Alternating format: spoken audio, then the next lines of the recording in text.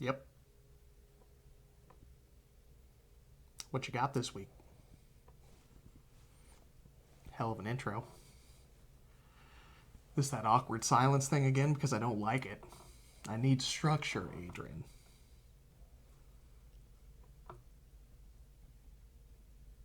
I need structure. I don't function without structure. Unless you are here to prompt things on, I'm just going to sit on set and not do anything. You know that. What? You know that. I tell you what, next week, let's not plan anything. Let's just let me just go with it. We'll see what gets done. What do you got to say this week? I really don't like this. Nothing? Nothing? Didn't do anything this week? You just not going to talk this variety hour? I'm not going to continue until there is some form of conversation. We can do this for 28 minutes. I don't like it. Do you want me to give the intro? Is that what you're wanting? Welcome to Strip Cover Lit. I'm Dalton Gentry. You're Adrian Fort. This is Variety Hour. Yeah. So what do you want to talk about?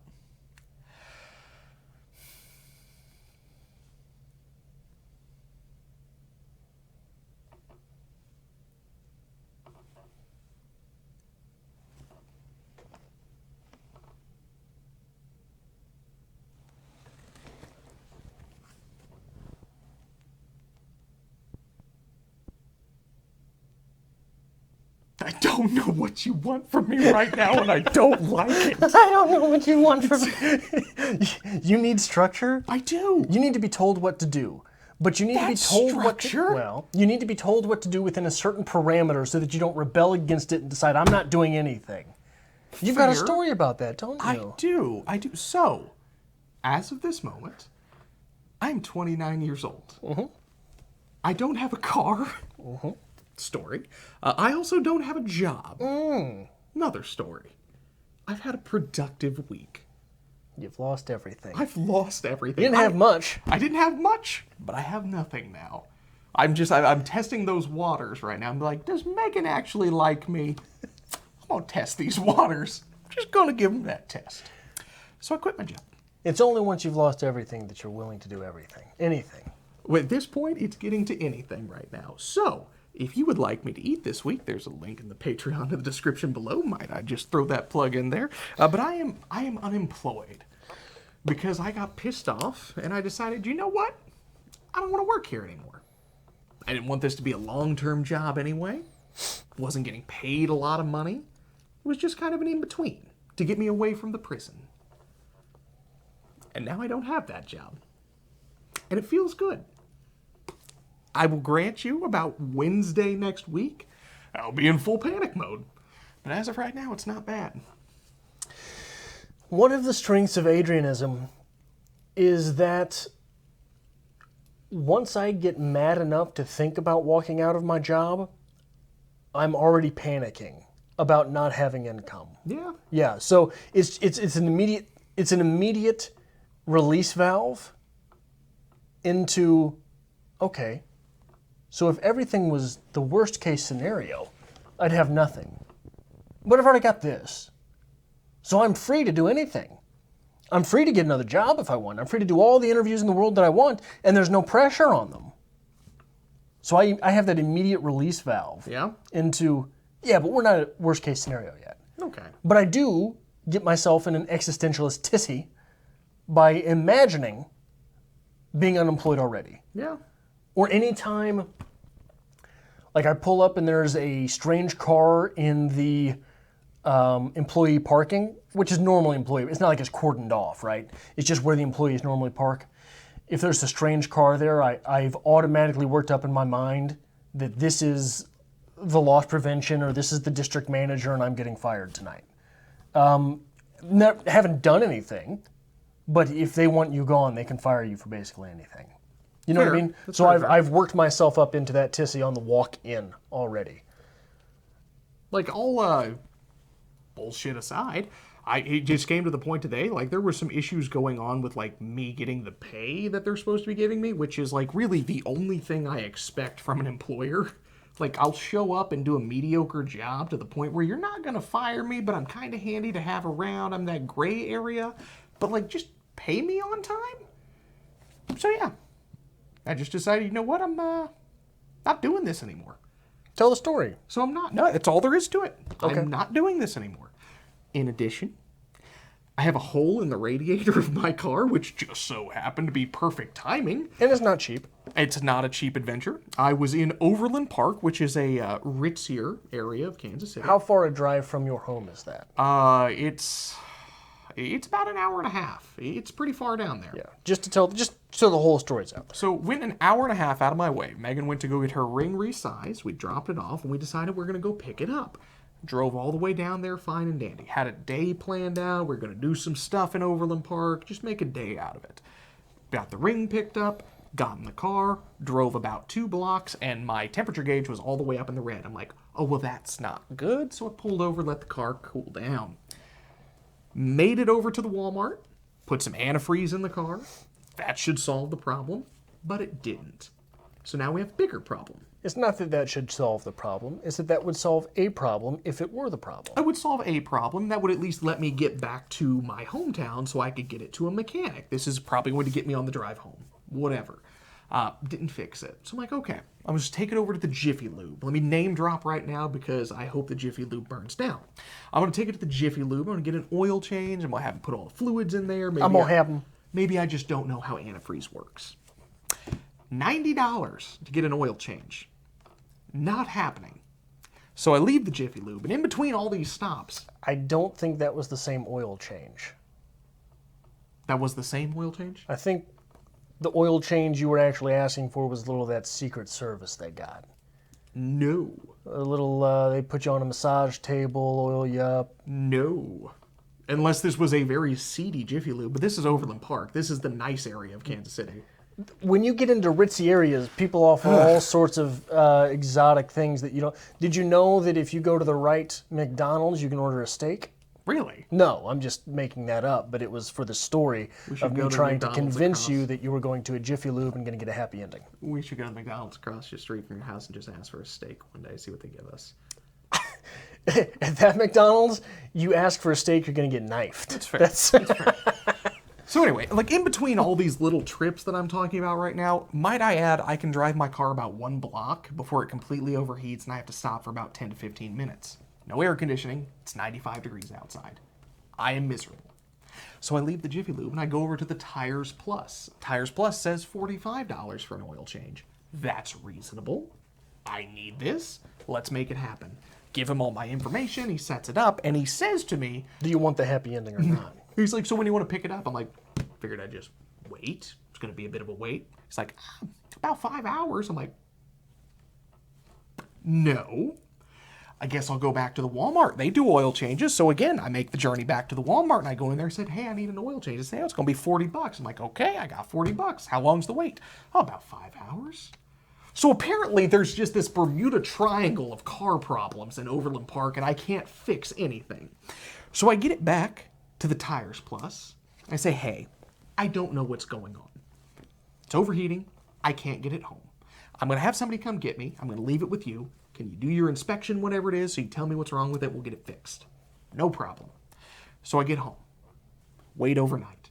Get a call next day that said the radiator has a hole in it. Well, that would explain why it's overheating. Good to know.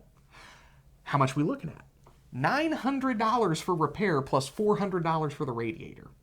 Absolutely not happening. So I had it towed home. So the repairman's also an optician. You just got to pay him for his hours. I guess so at this point. I mean, I don't know how hard it is to replace a radiator. I assume not terribly difficult. I assume it's not very easy. I believe it's in that realm of there's no chance I would ever figure it out and basic maintenance. It's right about there.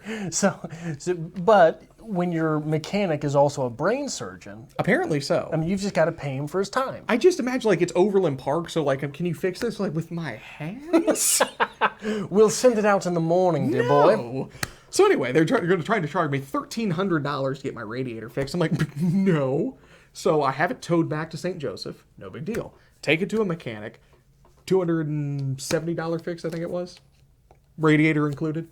You don't have Problem it solved. yet. Not yet. It's a 3-day process apparently, but you know, that's what you get when you go to this little shop that has like a garage. It doesn't look like it's been cleaned or redecorated since the 70s, but they get the job done. Allegedly good enough that the car moves again. So I should get it back momentarily, and then I will have a car, and I won't feel bad about my situation. But at this point, That nervous laugh tells me otherwise. it's not good, man. It's not good. And the best part is, we're doing what we like to call the Mad Hatter job shuffle, where everybody just changes places in the Dalton household. Because Megan went from part-time to full-time, which is great. She was part-time for her school. That's over, so she can go into full-time now. Awesome. But I quit my job. Josh is in between jobs. You didn't even quit your job. You walked out on it. No, I just left. Yeah. I gave no week's notice. Yeah. That's fine. Josh is in between jobs right now. Like, he actually has something lined up, but he doesn't actually start until tomorrow. So, like, we were sitting around today. I'm like, so, like, did you want to go to the soup kitchen? Like, I don't know what to do with my unemployment right now. I'm in the in-between. But, like, The sad part is, if you and Josh walk into the soup kitchen, they assume you're there to eat. well. Oh, I shouldn't be laughing at that. That's an awful thing to laugh at. So, You see what you bring out in me? I spent the day just randomly applying for things. And, like, it's very liberating, like, knowing you have no job, so your standards are completely out the window. So I'm like, I could be a baker. That sounds good. I can run a gas station. That doesn't sound hard. Like, I'm just applying for anything whatsoever. If you get the gas station job, make sure you ask them in your interview, when was the last manager that got shot? Yeah. Yeah. Yeah. So, It just depends on where the gas station is in St. Joe. no, as long as it's in St. Joe. There's some iffy ones. There's some decent ones. But we'll see how it goes. But as of right now, I literally have, for the first time, honestly, in my adult life, It just matters where the gas station is in St. Joe. It's in St. Joe. Point. but for the first time in my adult life, I genuinely have nothing to do. Nothing. Not a thing. I just wake up and I go about my day tomorrow. It's going to be the same thing as it is the next day. Dalton, so despite the fact that 99% of the time, Variety Hour is revelations to one another, this is a story that you've actually shared with me before being on camera. Yeah. Tell me what you just said. I have nothing to do. Yeah. What did Adrian tell you? That I should film one video a day until I find employment. Yes, gainful employment. Yes, that's what Adrian told you. So, Dalton has nothing to do. Nothing. This is why we can't have nice things. Yeah. This is why we can't be successful. See, I know how this is going to go. Okay, so it's the weekend. We're rolling into the weekend. We film on Fridays. That's not Dalton? a secret. Dalton, you're unemployed. Every day is the weekend. We're getting there. I'm going to go about my weekend as normal. No problem there. Monday's going to roll around. I'm going to be like, hey, I got no work. And I'm just going to sit around and enjoy myself. It's going to be Wednesday. Wednesday will be the moment where it all hits. And I'm like, oh, no work means no paycheck. I got bills to pay. This is going to get fun. And we're right at the beginning of the month. Wednesday will be the panic day. Wednesday is when I will sit down and apply for every job that I can find, and then consider filming a video.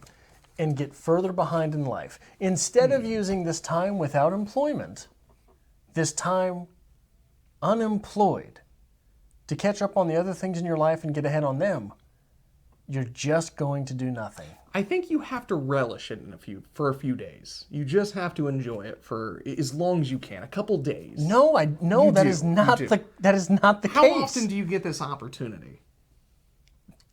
Dalton, part of the reason you're here in this stage in life is that you're referring to unemployment as this It's a opportunity. golden opportunity. You're gorgeous. You're referring to the fact that you have no car and no job as this opportunity. It's a great opportunity. I'm going to enjoy it for a couple days, and then I'll panic. It's only once you've lost everything that you're free to do anything. That does not mean it's only once you've lost everything that you're free to do nothing. No, that's exactly what it means. It's exactly what it means. It's like I'm just going to wake up when I feel like it. I'm going to have my coffee. I might take a nap on the couch. After the coffee, Might- I'm going to wake up and have a nap. So yeah. You don't do that? No. No one else does that? Like you wake up, you have your coffee, you might have a little breakfast, lay on the couch, take a nap. Oh, Dalton, how did we fall in love with each other? It's not bad. It's not bad. So in addition to the fact that I am unemployed and I have no car and I'm a 29-year-old man with dreadlocks, I spent last weekend on the river, just floating down the river, drinking natural light in my canoe, just taking it all in, man. I want you to retrospect that in light of the fact that 3 days later you're unemployed. It's not bad. But like, that's the thing. I could go back to the river this weekend and I could just stay until Tuesday if I want. It's fine. Why Tuesday? Because Wednesday's the day the shit hits the fan. I've got a 4-day weekend before I have to go back to the real world. You've got a 4-day weekend before the panicking starts. Before you go back to the real world, it's a little bit different. It's fine. It's fine. But I've convinced myself that like every group of people that you know has to have someone in like me in it. We're like Just to remind everyone else what not to do. just Like, I at least I'm not Dalton. I serve a purpose. And that purpose is to remind people to do better. But no, it's not bad until, like, you know, it dawned on me, like, oh, well, I've got to explain to my father that I'm 29 years old, unemployed, and don't have a car. And sometimes I smell like cigarettes. Or sometimes. I always smell like cigarettes. It's nice. Like, I love how, like, my older sister's, you know, she's doing well for herself. My younger's doing great, has a great job. And I'm like, I could sell stuff on Etsy. That's not hard.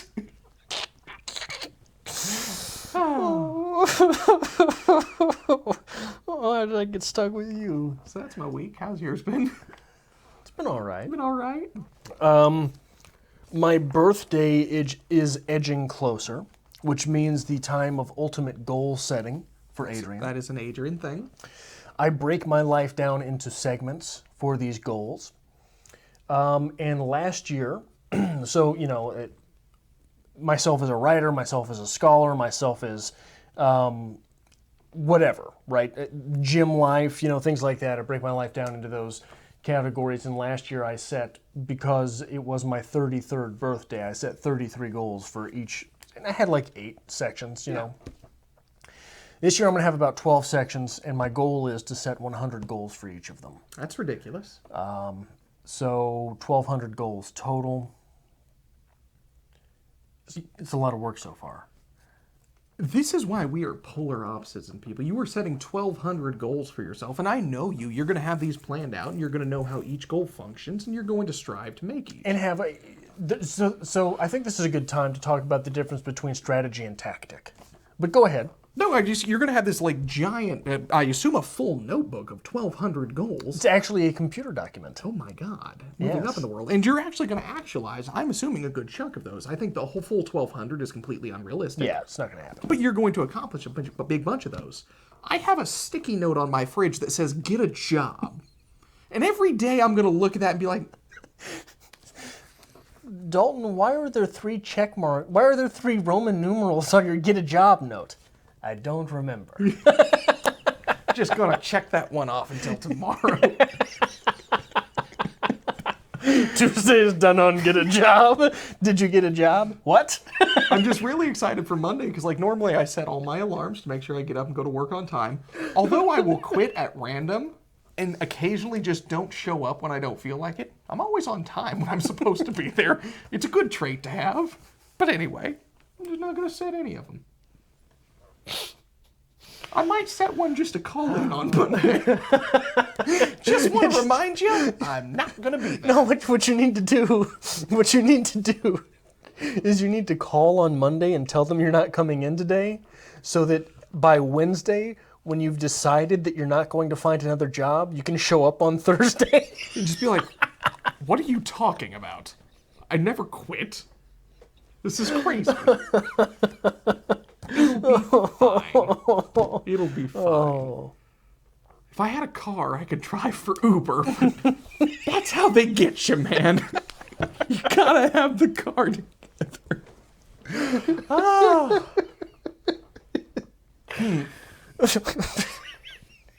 Here's another thing. If I walked out of my job tomorrow, Yes. I've got money. Yeah. Because I live super conservatively. You do. I don't, what do they call that? Have fun. That's fair. That's fair. I don't buy things. All I've got is books, really. I mean, look around. Do you see anything else? The chairs that you see, I dug them out of the trash. The desk over there was gifted to me. That's it, man. Can I make it worse? What? I didn't tell you this part. I wanted to save it for Your you. story or mine? My story. Okay, yeah. Absolutely. Make your story so- worse. I don't care. So what did I do today with nothing better to do? I can imagine. I was just driving home and there was a garage sale. And there was a conga drum. And I said to myself, you know what? You, sir, are unemployed. You have no car. Why not get a conga drum? Dalton, what in the high hell does your bank account look like? It's I know you don't have to say it. like, you know when You have no business buying a conga drum. I did, though. It's nice. You did buy it. You yeah. did not have the business buying it. It was a steal. It was not a steel It was conga a drum. steal. $25. Got him down to 20 on it because I told him I didn't have a job.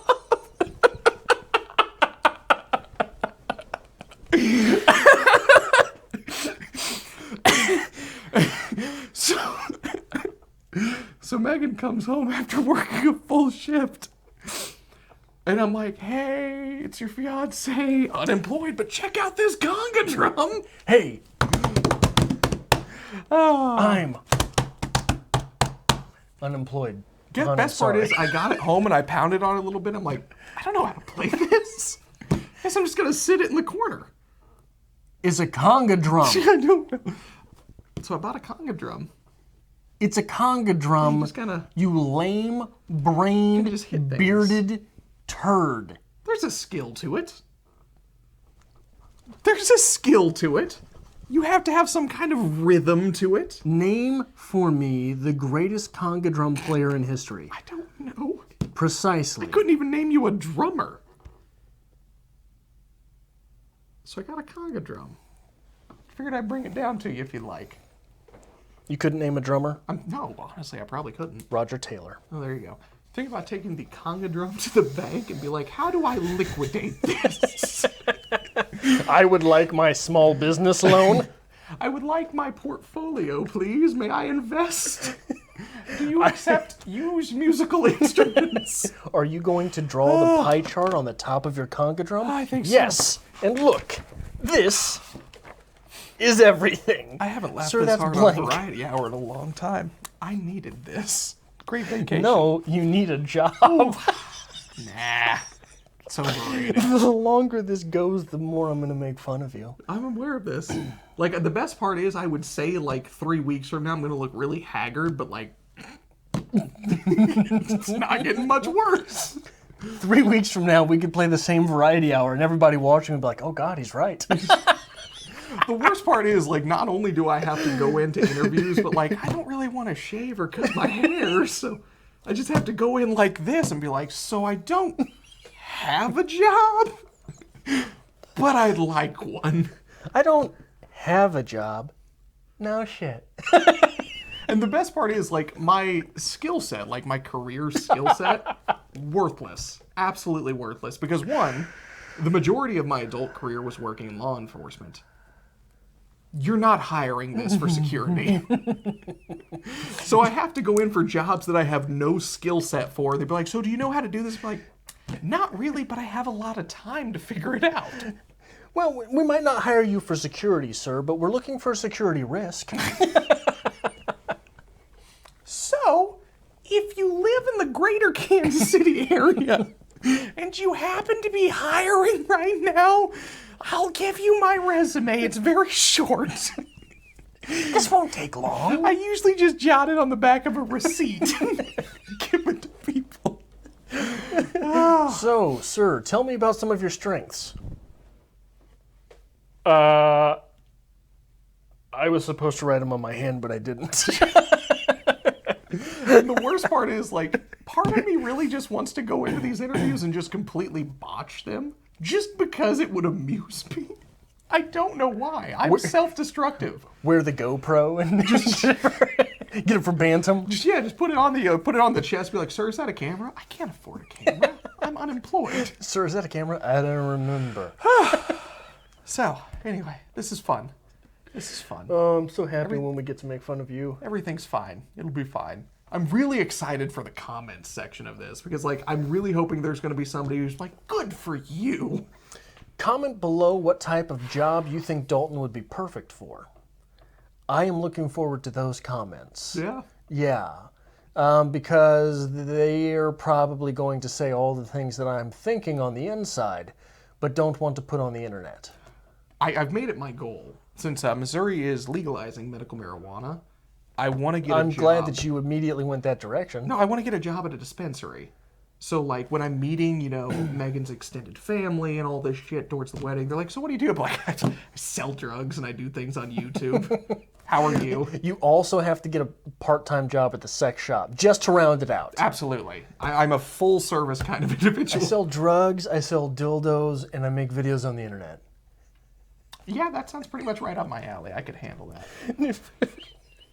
So anyway, Yeah, this was Variety Hour. yeah. If you like this kind of thing, make sure you hit that subscribe button. And again, leave us a comment letting you know what job you think I would be best suited for. And instead of using this opportunity to try to make YouTube his full time, Dalton's going to wither away. And fun fact, that Patreon down below, we did a little updating to that Patreon. Completely unrelated. Like, let me focus for a second. Adrian, you Now want that we've got 12 seconds, to talk about this a little bit? so the first of every month, the $1 Patreon, I am going to be putting a poem up. Yes, You have you got the paper? I don't have the paper I do. with me. Please continue forward. The 5th of every month, the $2 Patreon, Dalton will also be posting a poem For the $5 amount, we have a creative nonfiction piece. that It's will gonna be coming going up from you. around the 15th of every month. At the $10 Patreon, we're publishing an essay every month. At the $20, you get to choose either Dalton or myself and get a 300-word response to a poem. And at the $40 mark, we will give you a $500-word response to a short story of up to 5,000 words. Absolutely so. So we updated that Patreon a little bit just in time, might I add. Because if you'd like to help us, create more great content like this here on Strip Cover Lit, or, I don't know, keep the gas on at my house, there's a link, as always, to the Patreon to be found in the description below. Best variety hour ever.